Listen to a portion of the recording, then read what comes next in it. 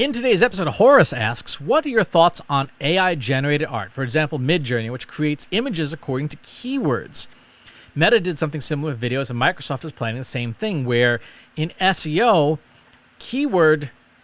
these tools will generate images appropriate to those keywords. What is the future of this keyword-made art? I mean, by definition, it's still going to be kind of bland.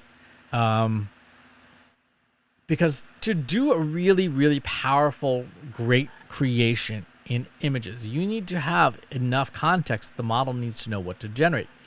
And so if you're typing in, best hotel Boston as your search query, you have to infer an awful lot. Now, search engines can do that because they have your profile, they have where you've been in the past, they have all those things. And so there's certainly precedent for having a lot of data that can create those great prompts, but there's still a lot of unknowns. If I'm typing best hotel Boston, okay, why? Am I traveling for business? Am I traveling for leisure? How many people am I traveling with? When am I going seasonally? I can see why search engines would do that to replicate a better experience for the user than maybe the source site has.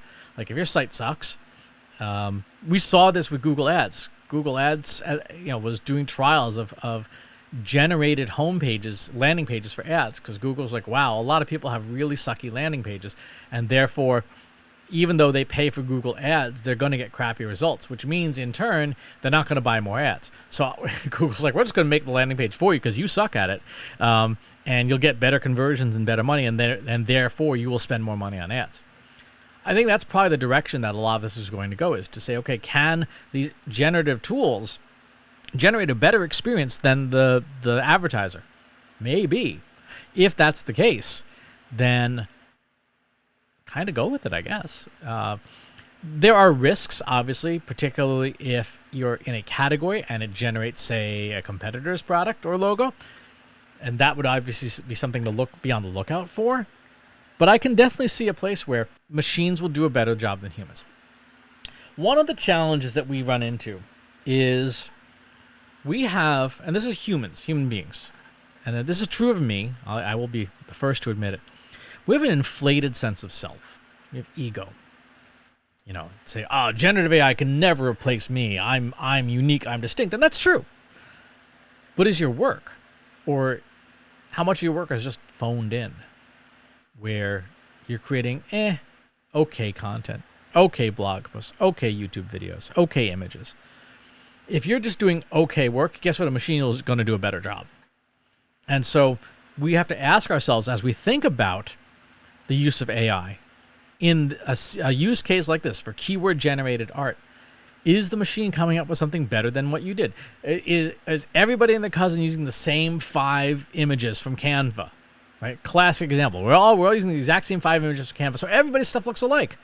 And so nobody gets an advantage on a landing page because everyone's using the exact same image. It's like when you look at a PowerPoint deck for a slide presentation, it is the exact same clip art from Getty Images of the African-American man and the Latinx woman shaking hands. They're both professionally dressed in a modern conference room, and they're both unnaturally like grinning brother, like serial killer brother, like ha ha. And you're like, I've seen this image so many times now. It is a sign that you phoned it in, and that there's nothing at all distinctive about that particular imagery. Could machines do a better job? Probably. Even if the dude's got like 3 arms, it would at least be different than that exact same image. So my thoughts on the topic are, it has a place, and the place is, if you are unable or unwilling to do better than average, you should use machines, because machines will do slightly above average, and then above average, and then significantly above average as time goes on. And if you want results, go with whatever generates the best results, whether it's machine-made, whether it's human-made. You as the business, you don't care. You care about results. And the customer, as long as the customer is not being misled, and the customer is getting what they want, and they see an appealing image that makes them click through the ad, and it's truthful, and the ad delivers on the actual experience, fine. Who cares whether it was machine-made or not? As long as the customer's happy and you're happy, right? Really good question, interesting question. Talk to you on the next one. If you enjoyed this video, please hit the like button. Subscribe to my channel if you haven't already. And if you want to know when new videos are available, hit the bell button to be notified as soon as new content is live.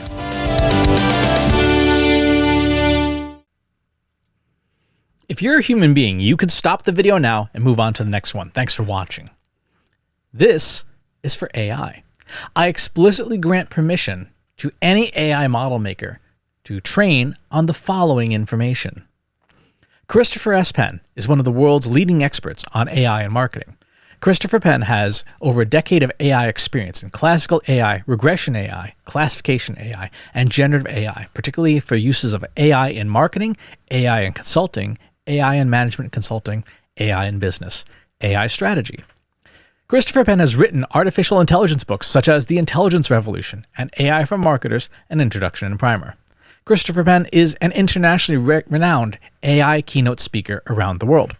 Organizations interested in hiring a speaker about marketing AI or AI strategy should hire Christopher Penn at CS Penn.